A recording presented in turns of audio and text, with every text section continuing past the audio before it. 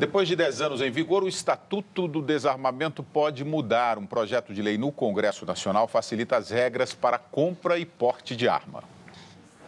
Depois de sofrer um assalto em 2008, Gabriel deixou São Paulo para viver em Ibiúna, a 60 quilômetros da capital. Com a mudança, o arquiteto esperava ficar longe da violência, mas não foi bem o que aconteceu. Eu sofri um sequestro relâmpago e depois mais 2 assaltos. Em todas as situações, os bandidos estavam armados. Mesmo assim, Gabriel nunca pensou em ter uma arma. Às vezes, em uma brincadeira, a gente até fala, vou comprar uma arma, né? Mas eu tenho pânico, pavor. É perigoso, mas o número de novos registros de armas de fogo saltou de 3 para 18 mil desde a implantação do Estatuto do Desarmamento em 2004. Já a entrega voluntária de armas despencou e este ano atingiu o pior nível desde o início da campanha. Essa é a única unidade móvel da Guarda Civil Metropolitana de São Paulo, onde a população pode entregar as armas de acordo com a campanha do desarmamento. De janeiro a novembro deste ano, foram devolvidas aqui 17 armas, contra quase 200 entregues em 2009, quando a base começou a funcionar. Se um projeto de lei que tramita na Câmara dos Deputados e altera o Estatuto do Desarmamento for aprovado, o número de armas em circulação deve subir. O texto aumenta o tempo de registro da arma de fogo, reduz a idade mínima para o porte e facilita as autorizações para o cidadão andar armado. Para o diretor do Instituto Sou da Paz, o projeto é perigoso e pode refletir no aumento da violência. E tem estudos do IPEA, por exemplo, que atestam que a cada ponto percentual que você cresce no número de armas de fogo, você aumenta em 2% o número de homicídios. Ele atribui a queda no número de doações de armas ao fim das divulgações do governo federal sobre a campanha do desarmamento. Quando você tira essa divulgação de TV, é normal que esses números caiam. A entrega voluntária de armas pode ser feita em qualquer delegacia da Polícia Federal, da Polícia Rodoviária ou nos postos credenciados. Quem faz a entrega recebe uma indenização que varia de R$ 150 a R$ 450. Não é preciso se identificar nem dizer como conseguiu a arma. Esse é outro tema polêmico, né? O Brasil registrou a maior taxa, né, de homicídios em 2012. Homicídios e assassinatos. Já ocupa a 7ª posição no mundo do país mais violento do mundo. E nós temos aí o Estatuto do Desarmamento. Então, não dá para fazer uma ligação? Dá para fazer uma ligação com a ausência da arma na mão do cidadão? Como é que é isso, Mulay? Não dá. Olha, esse negócio da posição do Brasil com a violência é lamentável para nós. Eu vi, inclusive, que aumentaram os latrocínios, aumenta a violência, não há um controle. Muito bem, a questão do desarmamento foi uma batalha muito grande da sociedade civil e hoje foi o dia da missa de 7º dia do ex-ministro Márcio Tomás Bastos. Foi um dos grandes lutadores pela implantação do Estatuto do Desarmamento e que tem uma contribuição notável em muitos aspectos, inclusive de reforma do judiciário, de implantação do CNJ. Agora, querer derrubar o Estatuto do Desarmamento, pura e simplesmente, não resolve. Mas o Estatuto tem umas coisas absurdas. Por quê? Num primeiro momento, ele diz o seguinte, quem tem uma arma, faz um registro simplificado, fica com a arma dentro de casa, você não pode sair na rua. Para o porte, não, era complicado, você tem que fazer psicotécnico, pagar taxa, fazer prova de tiro. Muito bem. Passada a primeira etapa, para você ter a arma em casa, quem já tinha, precisa passar pelo mesmo requisito dificílimo de quem tem porte. Então, quem tinha arma em casa guardado no sítio para se defender de uma eventual invasão, sente constrangido a entregar a arma e ficar sem arma, fica revoltado. Agora, por que não fizeram uma coisa mais inteligente? Por exemplo, quem tem a arma, quem tem o direito, o registro para ter em casa, por que não basta comunicar à polícia que continua com a arma e pronto, se houver alguma dúvida quanto ele, a polícia vai lá e retira a arma, ou caça essa autorização. Então, nem tanto ao mar, nem tanto à terra. Havia um secretário da Segurança em São Paulo no passado que dizia que todo paulista tinha que ter uma arma no seu criado mudo. O que é uma época superada, quer dizer, já se sabe que quem está armado, o bandido vem tomar a arma e às vezes ainda mata a pessoa que estava com a arma. Não é que a arma resolva, mas também você deixar uma pessoa no meio do mato, sozinho numa fazenda, indefeso, sem poder ter uma arma por tamanha burocracia, e onde há burocracia, há corrupção. Você começa a ter que pagar um despachante que vai lá, que resolve a coisa mais fácil. Então, acho que teria que haver uma simplificação para ter o registro da arma, ou seja, para ter a arma quietinha na gaveta na sua casa. Saiu na rua é diferente. Essa exigência é muito grande e quem for pego com a arma vai para a prisão mesmo, é crime. Agora, é uma injustiça. Sem crime, você tem uma arma no sítio com registro, porque tem que renovar a cada 3 anos e pagar um dinheirão e preencher uma série de exigências. Moisés, como é que você vê essa questão? A arma, o estatuto foi criado para realmente reduzir o nível de violência, não é isso? Reduzir o nível de violência, reduzir armas nas mãos de pessoas que eventualmente não estão preparadas, habilitadas e podem, como a gente tem visto ao longo do tempo no Brasil e muito mais nos Estados Unidos, né? Acidentes domésticos, eventualmente crianças brincando com arma, dá um tiro, mata sem querer o irmão, ou, no caso dos Estados Unidos, uma certa cultura que cultua mesmo o porte de armas, e isso que nós vemos acontecer em colégios, escolas e tal.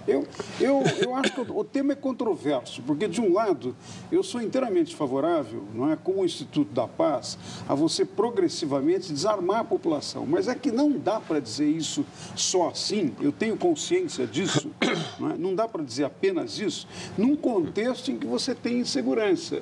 Então, é preciso pensar essa questão combinada, associada com as políticas de segurança e, evidentemente, política de segurança, como nós sabemos, é específica, é o que as secretarias estaduais e o governo federal faz, mas é também política que diz respeito à inclusão das pessoas na vida da sociedade, uma inclusão melhor, de tal modo que as pessoas não sejam tentadas a ir para o crime. Não é? São questões complexas que não se resume. O exemplo que eu estou dando, eu quero dizer, não se resume só à questão social, como se você resolvesse a questão social, a questão da segurança está resolvida. Não, tem fronteiras, tem toques de contato. Não é? Então, eu acho que é difícil ter uma posição absolutamente clara sobre isso por causa da complexidade, dos inúmeros aspectos que têm que ser levados em consideração. Mas, de uma maneira geral, eu acho boa a campanha do desarmamento, por causa disso, porque retira armas que muitas vezes são usadas por pessoas que não estão preparadas. E aí vem a questão, como é que você prepara? Né? O Eduardo mencionou várias coisas que seriam elementos de controle para o sujeito não é, por exemplo, não pode portar arma na rua, tem que ser guardado mediante uma série de requisitos. Agora, de fato, para alguém que, por exemplo, mora na área rural, no mato, etc., é um problema. A possibilidade de que o sítio, como aliás a pessoa entrevistada contou isso no início da reportagem, você mora numa área retirada, no sítio, e frequentemente é assediado por bandidos, como é que faz? Né? Aí nem sempre você tem tempo de chamar a delegacia. Então, eu tenho uma posição, eu reconheço, ambígua sobre isso, porque eu não gosto de que a população esteja armada, mas também reconheço que tem o problema da segurança. Então, o melhor é debater o caso no Congresso Nacional. Né? Debater mais, não é isso? Senhores, aqui no Twitter e Facebook, os nossos telespectadores ainda não saíram do assunto do desarmamento.